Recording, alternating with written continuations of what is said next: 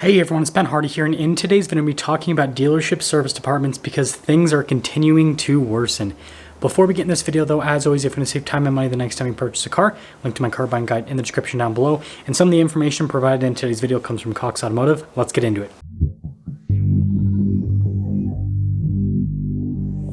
So the big headline figure is that service department repair volume is declining at the same time that revenue is declining. We are finally coming off from the peak. And if you aren't up to date with this whole service department thing, over the course of the last year roughly, service departments have become the most profitable they have ever been in history. This is where dealerships have always made the money, but recently they have really made the money in service departments, but things have already peaked out. And for those of you that are numbers nerds, here are the numbers. So the repair order volume index for July is down to 83.7. Now, if you're wondering, in a normal market, it's usually right around 100.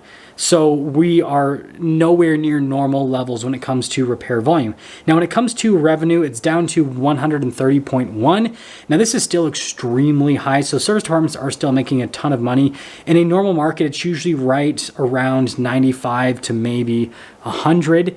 And that's what it was like prior to the pandemic. And then once the pandemic happened, things actually didn't really go down. Like, the amount of work being done decreased, but revenue didn't decrease at all. There was a little bit of a slump, but then things quickly increased after that. But what this means is there are fewer people going into franchise dealers, and the people that are going into franchise dealers are now spending less money. And now I want to talk about what is actually happening on the ground outside of the numbers.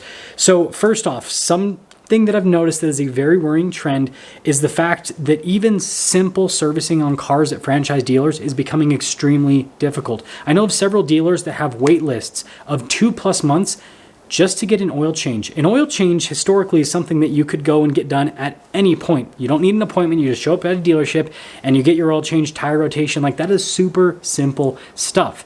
And there's a 2-month+ wait list at many dealers just to get an oil change. And if you know anything about cars, you know that you shouldn't wait 2+ months if your car needs an oil change. So people are going to independent shops to get these oil changes done. They're not getting them done at franchised dealers. So that is definitely part of it. Is simple service items like that, they're just not happening right now. And that's because a lot of people don't want to work in the positions associated with doing simple servicing, like lube techs, for example. It's a position that isn't exactly the nicest work ever. Again, you're literally changing oil for the most part, and again, tire rotations and all of that, and it's not particularly well paying on top of that, and so people just don't want to do the work. Now, when you lead into the more complex service items, so think transmission need to be replaced, or an engine needs to be replaced, for example. These things have backlogs of 6 to 12 months with a lot of dealers, and it's twofold. So the first reason is because of manufacturers not getting parts out to dealers. A lot of manufacturers are basically saying that they would rather build new cars than build out parts for cars that they've already sold that are on the road. And I'll talk about what this is leading to in a little bit, but that's part of the problem. The other part of the problem is just finding mechanics. And this is another position that, although it pays substantially more than a lube technician, people don't really want to be mechanics anymore. They don't want to work in, shops anymore. And so there is definitely a huge labor shortage with mechanics. And so you add the fact that there's a labor shortage plus a part shortage, and it makes sense as to why there's such a long wait. And it makes sense as to why, dealership profitability might still be really high because they're able to charge massive amounts for service because it's not hard. It's so hard to get. But at the same time, the volume keeps decreasing because people just aren't able to get their cars serviced. So basically, you're paying more money for less in today's market when it comes to servicing a car. And now I want to quickly dive into what I see happening moving forward. So dealership service departments are arguably the most important part of a dealership because although, the sales side of things needs to be, really solid to give the customers a good experience when they buy a car, most of the time that a customer is going to spend in a dealership is in the service department getting their car serviced. And so if the service department is a complete train wreck, like exactly what we're seeing right now, this is a complete turnoff with customers for certain brands, because there are some brands that are not in this situation. And so what this is going to lead to is this is going to lead to brand hopping, because people are going to be like, well, I don't want to wait 2 months to get an oil change, or, the transmission went out on my brand new car. It's covered under warranty, so I'm not paying for it, but I also don't have a car to drive for the next 6 months because it can't get replaced. I'm going to go buy a car from another manufacturer. I don't want to deal with this anymore.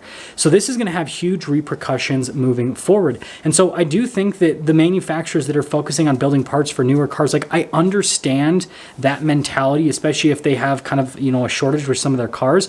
But at the same time, like, you have to take care of the existing customer base, because these are the people that are going to be buying cars in the future. And if you don't take care of them, then those future customers aren't going to exist. And it's kind of like a, damned if you do, damned if you don't type situation, because if a manufacturer doesn't build out the cars they need right now, then the current customers are going to be angry that have been waiting for their cars. But then if they don't build out the parts for existing customers, then future customers, right, they can't win in this situation. And so it'll be interesting to see what happens moving forward. But I honestly do not see the situation finding any sort of remedy anytime soon. I think that it's only going to get worse as time goes on. I think that service department rates are only going to increase because the labor shortage is not going to get any better. And so it's just going to continue to be more and more expensive to service a vehicle at the same time that you're going to have to wait longer to get that vehicle serviced. And so I think that there might potentially be some people going to some other brands that, have more reliability associated with them, so they can not spend as much time in the service department with all of the headaches that currently exist. Let me know your thoughts on this situation, and let me know if you were considering buying a particular vehicle, but now you're not going to buy it because servicing is so difficult, or if you switched from one brand to another because of how difficult servicing is in today's world. I'd be really interested to hear on that. I'll see you.